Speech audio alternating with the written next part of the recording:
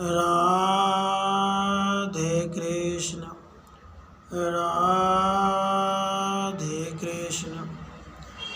61वां सूत्र, भिन्न भिन्न अंगों में की जाने वाली उपासनाओं का यथाश्रय भाव है, अर्थात जो उपासना जिस अंग के आश्रित है उस अंग के अनुसार ही उस उपासना का भी भाव समझ लेना चाहिए।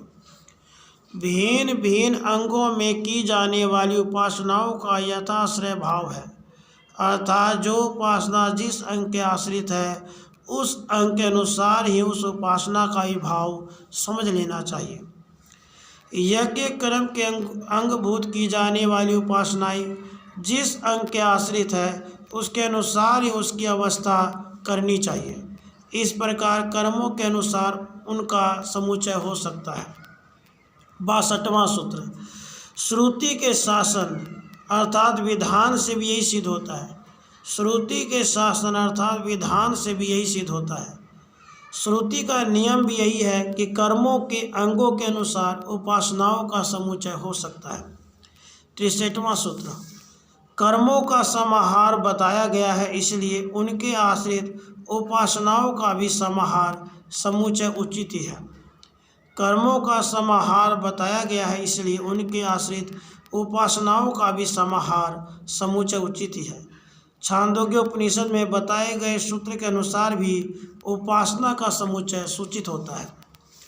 64वां सूत्र, गुणों की साधारणतया बताए जाने वाली श्रुति से भी यही बात सिद्ध होती है।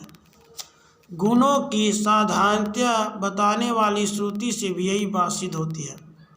उपासना का जो गुण ओंकार है उसका प्रयोग समान भाव से दिखाया गया है, इसलिए भी उपासनाओं का समुच्चय होना उचित सिद्ध होता है।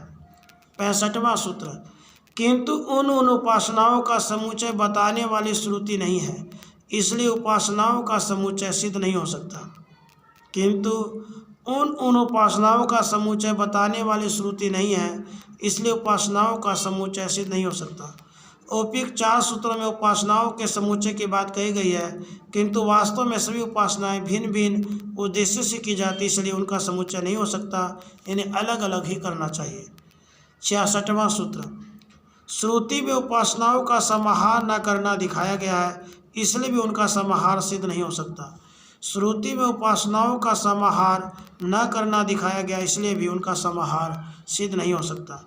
श्रुति से यही सिद्ध होता है कि उपासनाओं के कर्म के साथ समुच्चय नहीं होता है, क्योंकि उपासनाएं कर्म के अधीन नहीं है, स्वतंत्र है, इसलिए उनका अलग ही अनुष्ठान करना चाहिए।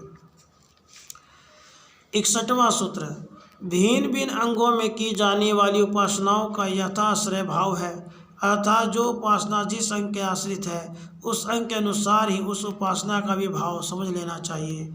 62वां सूत्र, श्रुति के शासन अर्थात विधान से भी यही सिद्ध होता है। 63वां सूत्र, कर्मों का समाहार बताया गया है, इसलिए उनके आश्रित उपासनाओं का भी समाहार समुच्चय उचित ही है। 64वां सूत्र, गुणों की साधारणतया बताने वाली श्रुति से भी यही बात सिद्ध होती है। 65वां सूत्र, किंतु उन उपासनाओं का समुच्चय बताने वाली श्रुति नहीं है, इसलिए उपासनाओं का समुच्चय सिद्ध नहीं हो सकता। 66वां सूत्र, श्रुति में उपासनाओं का समाहार न करना दिखाया गया है, इसलिए भी उनका समाहार सिद्ध नहीं हो सकता। राधे कृष्ण राधे कृष्ण।